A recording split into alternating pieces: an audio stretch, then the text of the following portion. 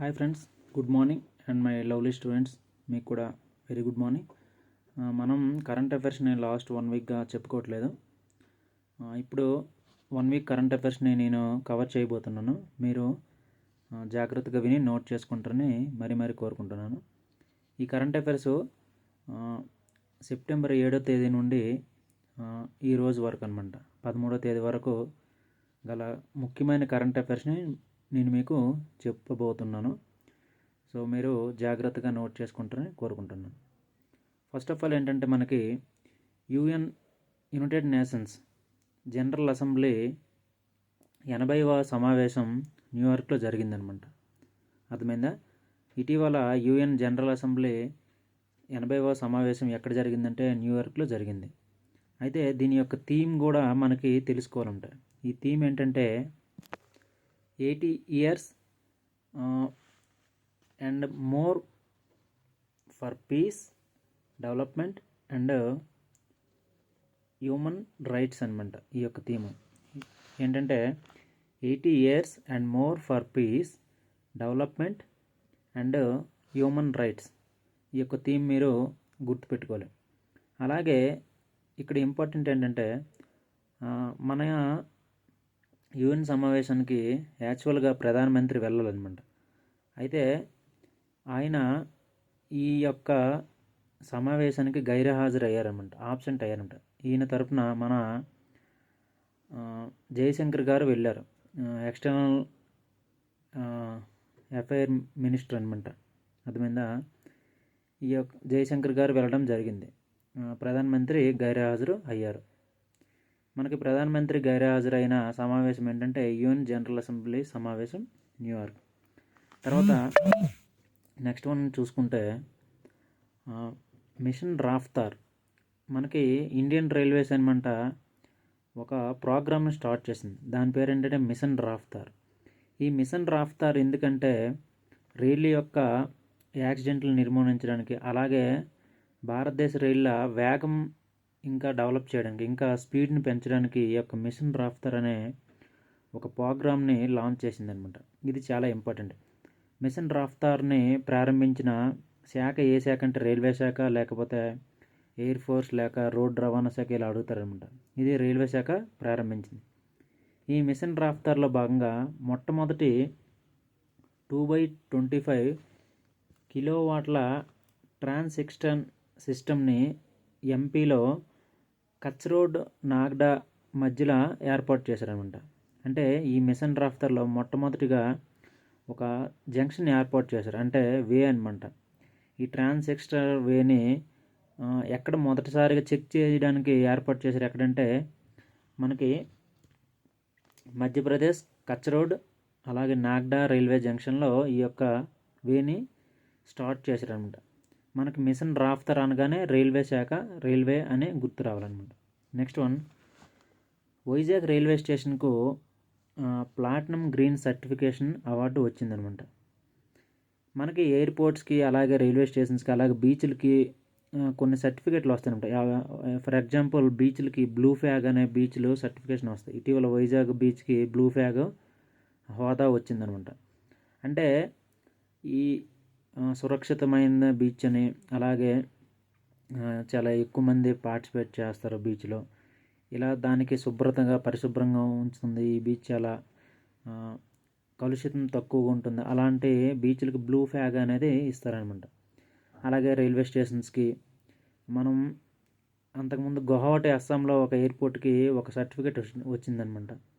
అలాగే ఇప్పుడు వైజాగ్ రైల్వే స్టేషన్కి ప్లాటినం గ్రీన్ సర్టిఫికేషన్ వచ్చిందన్నమాట. ఇది ఎందుకంటే పరిశుభ్రంగా ఉంచినందుకు, అలాగే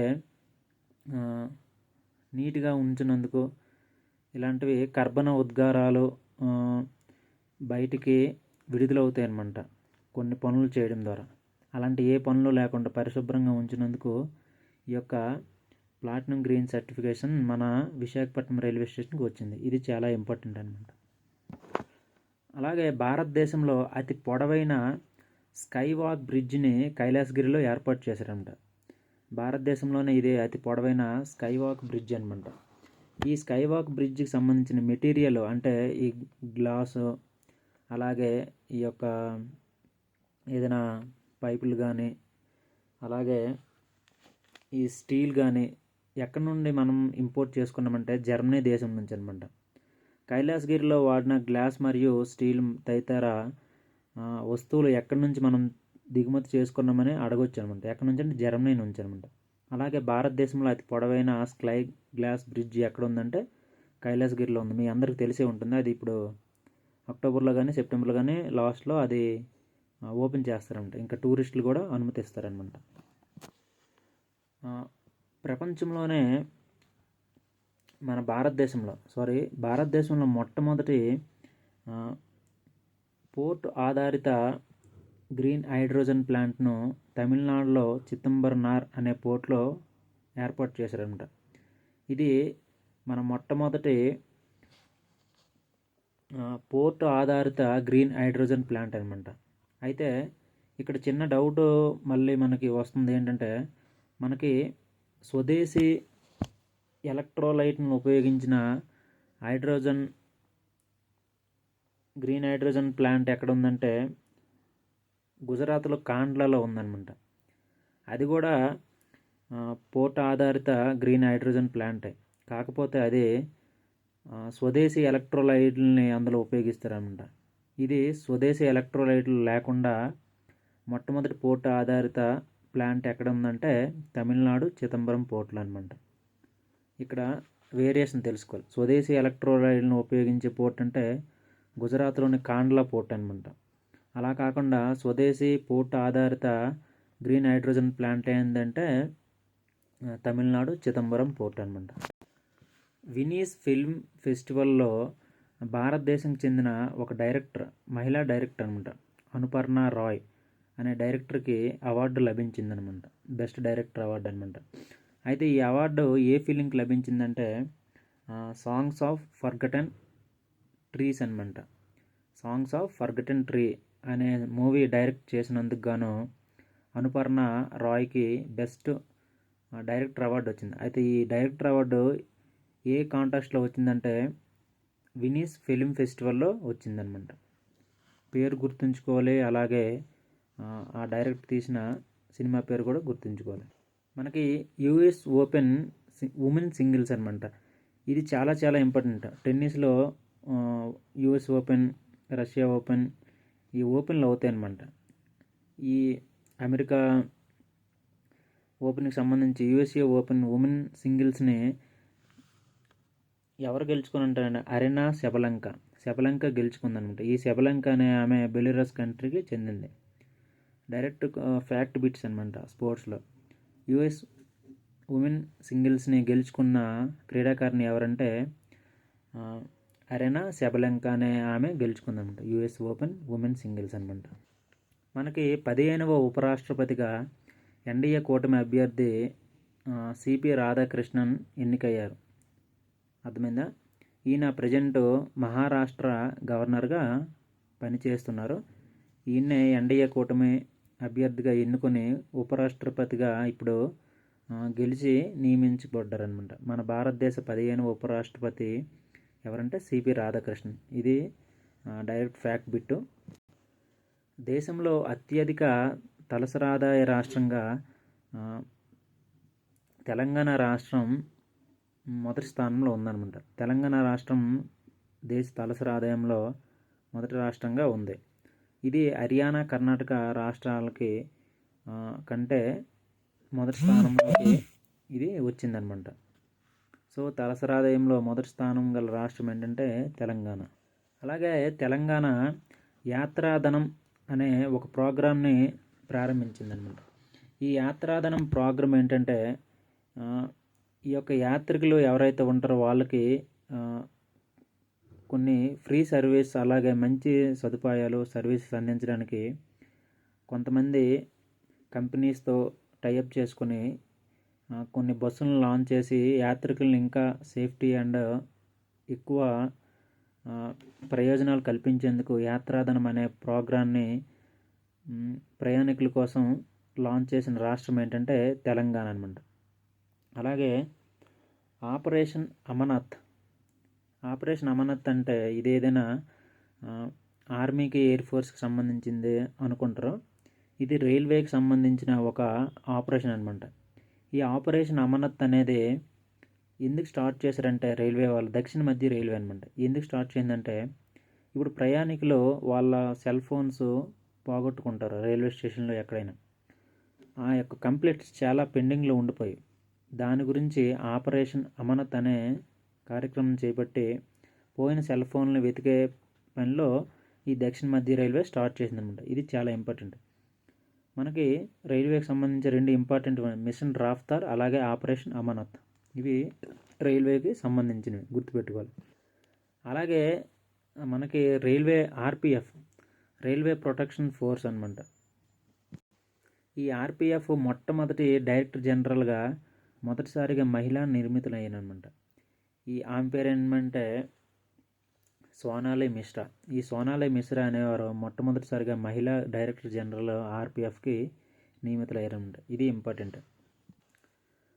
ఆఫ్రికాలో అతిపెద్ద హైడ్రో ఎలక్ట్రిక్ డ్యామ్ని ఇథియోపియా దేశంలో నిర్మించబడింది అనమాట. ఇది ఆఫ్రికా ఖండంలోనే, ఆసియా కాదు, ఆఫ్రికా ఖండంలో అతిపెద్ద హైడ్రో ఎలక్ట్రిక్ డ్యామ్ని ఏ దేశంలో నిర్మించారంటే ఇథియోపియా దేశంలో. ఇది ఆఫ్రికా ఖండంలో అతి పెద్దైన హైడ్రో ఎలక్ట్రిక్ డ్యామ్ అనమాట. ఏ దేశం అంటే ఇథియోపియా. మనకి సింగర్ అలాగే ఫిల్మ్ మేకర్ అయిన భూపేష్ హజరింకా, ఈయన ఉత్సవాలను ఏడాది పాటు చేయడానికి అస్సాం గవర్నమెంట్ ప్రవేశపెట్టిందనమాట. అస్సాం గవర్నమెంట్ ఈ యొక్క ప్రోగ్రామ్ని స్టార్ట్ చేసింది. హజరింకా భూపేష్ గారు అనమాట. ఈయన సింగర్ అనమాట. ఏ రాష్ట్రానికి చెందినవారంటే అస్సాం రాష్ట్రానికి. ఈయన బర్త్డే జన్మదిన వేడుకలో, ఈ భూపేష్ హజరింకా అనే వ్యక్తి జన్మదిన వేడుకలో ఎక్కడైనా మనం అతను జన్మదిన వేడుక, ఇప్పుడు మన మహాత్మా గాంధీ గారు అక్టోబర్ 2 ఉన్నదంటే ఆ ఒక్కరోజే చేస్తామన్నమాట. కానీ ఈ భూపేష్ హజరింకా అనే సింగర్ అస్సాం రాష్ట్రానికి చెందినవారు, ఈయన జన్మదిన వేడుకలు ఏడాది పాటు చేయాలని అస్సాం గవర్నమెంట్ నిర్ణయించుకుందనమాట. ఈయనకి భారతరత్న అవార్డు కూడా వచ్చింది. మనకి నెక్స్ట్ వన్ చాలా ఇంపార్టెంట్ ఏంటంటే ఫ్రాన్స్లో విశ్వాస తీర్మానం ద్వారా, పార్లమెంట్ విశ్వాస తీర్మానం ద్వారా తొలగించబడ్డ ప్రధాని ఎవరంటే ఫ్రాంకోయిస్ బైరోని. ఈ ఫ్రాంకోయిస్ బైరోని ప్రధాని పార్లమెంట్ విశ్వాస తీర్మానం ద్వారా తొలగించబడ్డారనమాట. ఇది చాలా చాలా ఇంపార్టెంట్ అనమాట. ఇటీవల ఏ దేశం పార్లమెంటు విశ్వాస తీర్మానం ద్వారా తొలగింపబడ్డ ప్రధాని ఎవరంటే ఫ్రాన్స్ ప్రధాని. ఆయన పేరు ఫ్రాంకోయిస్ బైరోని. ఇతని స్థానంలో ఇప్పుడు ఫ్రాన్స్ కొత్త ప్రధానిగా ఎవరంటే సెబాస్టియన్ లెకార్నో ఎన్నుకోబడ్డారనమాట. ఫ్రాన్స్లో ఈ యొక్క తీర్మానం ద్వారా తొలగించబడ్డ ప్రధానమంత్రి పేరంటే ఫ్రాంకోయిస్ బైరోని. అలాగే ఇటీవల ఏ దేశ ప్రధాని విశ్వాస తీర్మానం అర్థమైందా? విశ్వాస తీర్మానం ద్వారా ఎవరు తొలగింపబడ్డారంటే ఫ్రాన్స్ ప్రధాని. నెక్స్ట్ వన్, భారతదేశంలోని అతి పొడవైన రైలు సొరంగం అనమాట. అంటే మనకి ఇప్పుడు రైలు సొరంగాలు ఉన్నాయన్నమాట. దానిలో అతి పొడవైన రైలు సొరంగం ఎక్కడ ఉందంటే ఉత్తరాఖండ్లో దేవప్రయాగ్లో ఈ యొక్క రైలు సొరంగాన్ని ప్రారంభించారంట. ఇది చాలా ఇంపార్టెంట్. ఇది ఎన్ని కిలోమీటర్లు అంటే 14.57 కిలోమీటర్లు అనమాట. అర్థమైందా? సుమారు 15 కిలోమీటర్లు పొడవు అనమాట. ఓన్లీ రైలు సొరంగం. అంటే మనకి తెలుసు సొరంగాలు వస్తుంటాయి మనం ట్రావెల్ చేస్తూ ఉంటే, చిన్న ఒక 50 మీటర్లు, 100 మీటర్లు, లేకపోతే 1 కిలోమీటర్లు. కానీ ఇది 15 కిలోమీటర్లు సుమారు అనమాట. సుమారు 15 కిలోమీటర్ల రైలు సొరంగం ఎక్కడ ఉందంటే ఉత్తరాఖండ్ దేవప్రయాగ్లో ఉంది. భారతదేశంలో మొదటిసారిగా లిథియం అయాన్ బ్యాటరీ ప్లాంట్ని హర్యానాలో ప్రారంభించబోతున్నారనమాట.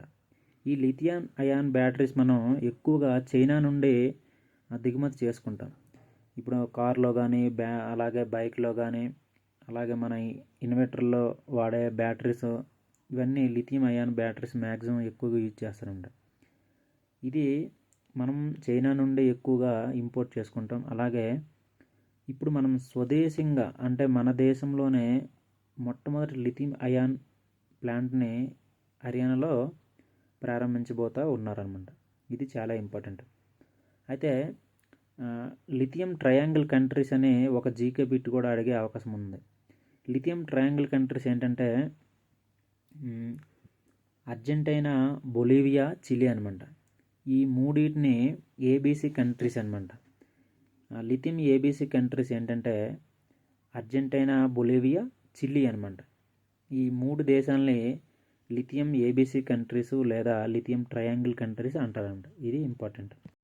ఇటీవల నేపాల్కి మరియు చైనాకి మధ్యలో సాగర్మాత ఫ్రెండ్షిప్ ఎక్సర్సైజ్ అనేది మిలిటరీ ఎక్సర్సైజ్ జరిగిందనమాట. ఈ సాగర్మాత ఫ్రెండ్షిప్ ఎక్సర్సైజు ఏ 2 దేశాల మధ్య జరిగిందంటే నేపాల్ మరియు చైనా మధ్య మిలిటరీ మధ్య ఈ యొక్క సాగర్మాత ఫ్రెండ్షిప్ ఎక్సర్సైజ్ జరిగింది. మనకి సాగర్మాత ఫ్రెండ్షిప్ ఎక్సర్సైజ్ అంటే ఇదేదో తెలుగు వర్డ్లాగా ఉంది అంటే భారతదేశానికి సంబంధించింది అనుకోగలరు అనమాట. అందుకే ఈ బిట్ నేను తీసుకున్నాను ఇంపార్టెంట్గా. సాగర్మాత ఫ్రెండ్షిప్ ఎక్సర్సైజు చైనాకి నేపాల్కి మధ్య జరిగింది.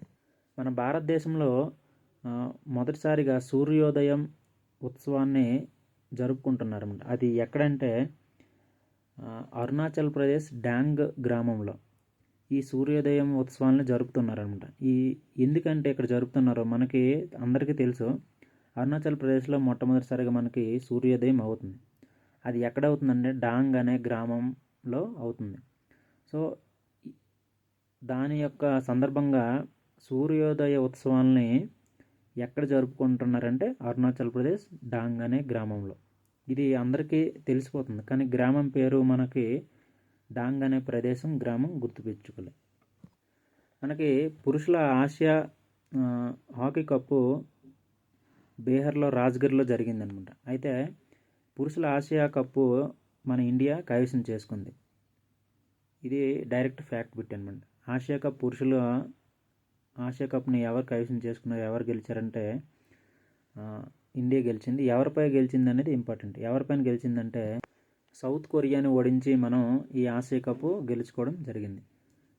ఇటీవల ఆసియా హాకీ కప్ ఎక్కడ జరిగిందంటే బీహార్లో రాజ్గిర్ అనమాట. ఓకే, మనకి మార్క్సిస్ట్ ప్రధాని నవీన్ చంద్ర రామగులం అనే వ్యక్తి మన భారత పర్యటనకి వచ్చారనమాట. ఈ భారత పర్యటనలో భాగంగా మార్క్సిస్ట్ ప్రధాని నవీన్ చంద్ర రామగులం సెప్టెంబర్ 9వ తేదీ నుండి 16వ తేదీ వరకు మన ఇండియాలో పర్యటించనున్నారనమాట. ఇది ఇంపార్టెంట్. మారిషస్ అనేది ఒక ఐలాండ్ అనమాట. ఇది ఆఫ్రికా ఖండంలో ఉంటుంది. ఈ మారిషస్ దేశం యొక్క క్యాపిటల్ ఏంటంటే పోర్ట్ లూయిస్ అనమాట ఈ మారిషస్ యొక్క క్యాపిటల్.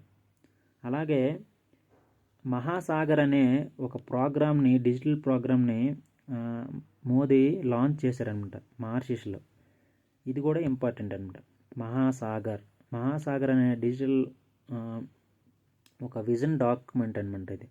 ఈ మహాసాగర్ విజన్ డాక్యుమెంట్ ఎక్కడ లాంచ్ చేశారంటే మారిషస్లో ప్రధాని మోదీ గారు లాంచ్ చేశారు.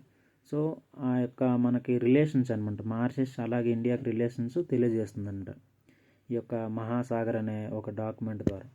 ఈ మహాసాగర్ డాక్యుమెంట్ మోదీ గారు ఎక్కడ లాంచ్ చేశారంటే మారిషస్ అని గుర్తుపెట్టుకోవాలి. అలాగే మారిషస్ ప్రధాని పేరు, ఆయన ఎప్పటి నుంచి ఎప్పటి వరకు పర్యటించారో, అలాగే మారిషస్ యొక్క క్యాపిటల్ ఏంటనేది మనం గుర్తుపెట్టుకోవాలి. అలాగే ఈ మారిషస్ అనేది ఐలాండ్ ఏ ఖండంలో ఉందని కూడా అడగొచ్చు అనమాట. సో ఇవన్నీ మీరు గుర్తుపెట్టుకోవాలి. మనకి ఐఐఎం అహ్మదాబాద్ అనమాట తన మొదటి విదేశీ విశ్వవిద్యాలయం అంట యుఏఈ దుబాయ్లో ప్రారంభించిందనమాట. అంటే మనకి కొన్ని విశ్వవిద్యాలయాలు ఉంటాయన్నమాట. ఆ యొక్క బ్రాంచ్ని సేమ్ కాలేజ్ని దుబాయ్లో లాంచ్ చేసిందనమాట, దుబాయ్లో ప్రారంభించిందనమాట. ఇది డైరెక్ట్ బిట్గా అడగొచ్చు. ఇటీవల IIM Indian institute of medical Ahmedabad విశ్వవిద్యాలయం బ్రాంచ్ని ఏ దేశంలో ప్రారంభించిందంటే దుబాయ్లో అనమాట. యునైటెడ్ అరబ్ కంట్రీస్ మనకు తెలుసు కదా, అందులో దుబాయ్ గల్ఫ్ కంట్రీస్ అంటారు. దుబాయ్లో ఈ యొక్క విశ్వవిద్యాలయాన్ని ప్రారంభించింది ఐఐఎం అహ్మదాబాద్. మనకి త్రివిధ దళాలకి సంబంధించిన ఆఫీసర్స్, మహిళా ఆఫీసర్స్ సముద్ర ప్రదక్షిణ అనే కార్యక్రమం చేపట్టారనమాట. ఈ యొక్క సముద్ర ప్రదక్షిణ కార్యక్రమంలో భాగంగా వీళ్ళు 26,000 నారోమైటికల్స్ దూరాన్ని వీళ్ళు ఛేదించనున్నారనమాట. అంటే సముద్ర ప్రయాణం చేయనున్నారంట. ఇది ప్రపంచంలోనే మొదటిసారి అనమాట. నేవీ, ఆర్మీ, ఎయిర్ ఫోర్స్ సంబంధించి ఓన్లీ మహిళలు మాత్రమే ఈ యొక్క ప్రోగ్రామ్ని చేపట్టారనమాట. ఆ ప్రోగ్రాం పేరేంటంటే సముద్ర ప్రదక్షిణి. వాళ్ళు వెళ్ళబోయే బోట్ ఏంటంటే త్రివేణి అనమాట. త్రివేణి అనే బోటులో ఓన్లీ ఈ మహిళా ఆఫీసర్స్ మాత్రమే వెళ్తారు, నేవీ, ఆర్మీ, ఎయిర్ ఫోర్స్ సంబంధించిన వారు. అయితే ఎంతమంది ఆఫీసర్స్ వెళ్తారంటే 10 మంది ఆఫీసర్స్ వెళ్తారనమాట. ఈ యొక్క ప్రోగ్రాన్ని నిన్న మనకి రాజ్నాథ్ సింగ్ గారు ముంబైలో స్టార్ట్ చేశారనమాట. ఈ బోట్ పేరేంటంటే త్రివేణి బోటు. ఆ యొక్క ప్రోగ్రాం పేరేంటంటే సముద్ర ప్రదక్షిణి. ఎంతమంది ఆఫీసర్లు అంటే 10 మంది మహిళా ఆఫీసర్లు, ఓన్లీ మహిళా ఆఫీసర్స్ మాత్రమే ప్రయాణం చేయనున్నారు. బ్రెజిల్ మాజీ అధ్యక్షుడు బోల్సోనారోకి 27 ఏళ్ల జైలు శిక్షను ఆ యొక్క కోర్టు విధించిందనమాట. ఇటీవల ఏ దేశ అధ్యక్షుడు 27 ఏళ్ల పాటు జైలు శిక్ష అనుభవించారంటే బోల్సోనారో, బ్రెజిల్కి చెందిన బోల్సోనారోకి 27 సంవత్సరాల జైలు శిక్షను విధించిందనమాట. ఎందుకంటే అతను చట్ట విరుద్ధమైన పనులు చేశారు, అలాగే కొన్ని రాజ్యాంగ విరుద్ధమైన పనులు చేపట్టడం ద్వారా ఆయన బోల్సోనారోకు ఈ యొక్క శిక్ష విధించబడింది. ఇది చాలా చాలా ఇంపార్టెంట్. మనకిప్పుడు 2 బిట్లు మనం గుర్తుపెట్టుకోవాలి. ఒకటి ఫ్రాన్స్కి సంబంధించిన ప్రధాని గురించి, అలాగే ఈ యొక్క బ్రెజిల్కి సంబంధించిన ప్రధాని గురించి మీరు కొంచెం గుర్తుపెట్టుకోవాలన్నమాట. ఫ్రాన్స్లో ప్రధాని తొలగించబడ్డాన్ని, అలాగే ఈ యొక్క బ్రెజిల్ ప్రధానికి జైలు శిక్ష విధించడం అయిందనమాట. సో కొంచెం ఇంపార్టెంట్ అనమాట. దేశంలోనే మొట్టమొదటిసారిగా వీధి కుక్కలకి మైక్రోచిప్లని ఢిల్లీ గవర్నమెంట్ పెడతా ఉందన్నమాట. ఇది డైరెక్ట్ ఫ్యాక్ట్ బిట్ అనమాట. ఈ యొక్క వీధి కుక్కలు చాలా ఎక్కువైపోతున్నాయి. దానివల్ల ఎక్కువ మందికి కరిచి చాలామంది చనిపోరన్నమాట ఢిల్లీలో. సో దాని మీద దృష్టి పెట్టి మైక్రోచిప్ని వీధి కుక్కలకి పెట్టబోతూ ఉందన్నమాట. ఈ మైక్రోచిప్లో మొత్తం డేటా ఉంటుందన్నమాట. ఈ కుక్కలకి ఏమైనా జబ్బులు ఉన్నాయా, లేకపోతే వ్యాక్సిన్ ఉందా, అలాగే ఈ కుక్క ఎన్ని రోగాలు దీనిలో ఉంది, కరిస్తే ఏమవుతుంది, దీనికి వ్యాక్సిన్ ఎప్పుడు వేశారు అనేది మొత్తం బయోడేటా ఈ మైక్రోచిప్లో ఉంటుందన్నమాట. సో సుమారు ఢిల్లీలో ఉన్న 20 లక్షల వీధి కుక్కలకు ఈ మైక్రోచిప్లు పెట్టాలని ఢిల్లీ గవర్నమెంట్ నిర్ణయించుకుందన్నమాట. ఇది చాలా చాలా ఇంపార్టెంట్. ఇలాంటి బిట్స్ అడిగే అవకాశం చాలా ఎక్కువగా ఉంటుందన్నమాట. వీధి కుక్కలకు మైక్రోచిప్లు పెట్టడం అంటే అర్థమైందా? సో ఇలాంటి బిట్లు మనం గుర్తుపెట్టుకోవాలన్నమాట. ప్రధానమంత్రి నరేంద్ర మోడీ గారు నిన్న ఢిల్లీలో ప్రపంచంలో మొట్టమొదటిసారిగా ఆధునిక డిజిటల్ విశ్వవిద్యాలయం గిరిజన ఆదివాసీల కోసం స్టార్ట్ చేశారన్నమాట. మొట్టమొదటి గిరిజన ఆధారిత డిజిటల్ విశ్వవిద్యాలయం అనమాట. అర్థమైందా? దాని పేరు ఏంటంటే ఆది సంస్కృతి. ఇది ఒక యాప్ అనమాట. ఈ విశ్వవిద్యాలయం అనేది, ఈ యొక్క ఆది సంస్కృతి అనేది ఒక డిజిటల్ యూనివర్సిటీ అనమాట. ఇందులో ఈ యొక్క యాప్లో ఏముంటుందంటే గిరిజనులకు సంబంధించిన సంస్కృతి, కళలు మరియు వాళ్ళ యొక్క డైలీ రొటీన్లో పనులు ఏం చేస్తారో, అలాగే వాళ్ళు ఏమైనా కళలకు సంబంధించి, ఇప్పుడు ఆర్ట్కి సంబంధించి తయారు చేస్తుంటారు కొన్ని, అలాగే వాళ్ళు వాడిన పంటలు, అలాగే వారు తిండి, ఇంకా వస్త్రాలు, మొత్తం వాళ్ళ యొక్క ఇన్ఫర్మేషన్ మొత్తం ఈ యొక్క ఆది సంస్కృతి అనే యూనివర్సిటీ యాప్లో అప్డేట్ చేస్తారనమాట. సో ఇటీవల మనం ఆదివాణి అనే ఒక యాప్ని కూడా గిరిజనుల కోసం మోదీ గారు లాంచ్ చేశారు. సో ఇది చాలా చాలా ఇంపార్టెంట్. ఆది వాణి అనేది గిరిజనుల భాషకు సంబంధించింది. అలాగే ఆది సంస్కృతి అనే డిజిటల్ యూనివర్సిటీ వాళ్ళ యొక్క కళలకు సంబంధించింది. ఈ 2 పేర్లు మీరు గుర్తుపెట్టుకోవాలి, చాలా చాలా ఇంపార్టెంట్. ప్రపంచంలోనే అత్యంత ధనవంతుడిగా లారీ ఎల్లిసన్ పేర్కొనబడ్డారనమాట. ఈ లారీ ఎల్లిసన్ అనేవారు అమెరికాకు చెందిన వ్యక్తి. ఈయన ఇప్పుడు ప్రజెంట్ ప్రపంచంలోనే మొట్టమొదటి అంటే మొదటి ధనవంతుడు అనమాట. అత్యధిక ధనవంతుడిగా ఎవరంటే మొదటి స్థానంలో నిల్చున్నారంటే లారీ ఎల్లిసన్. ఈయన అమెరికాకు చెందిన వ్యక్తి.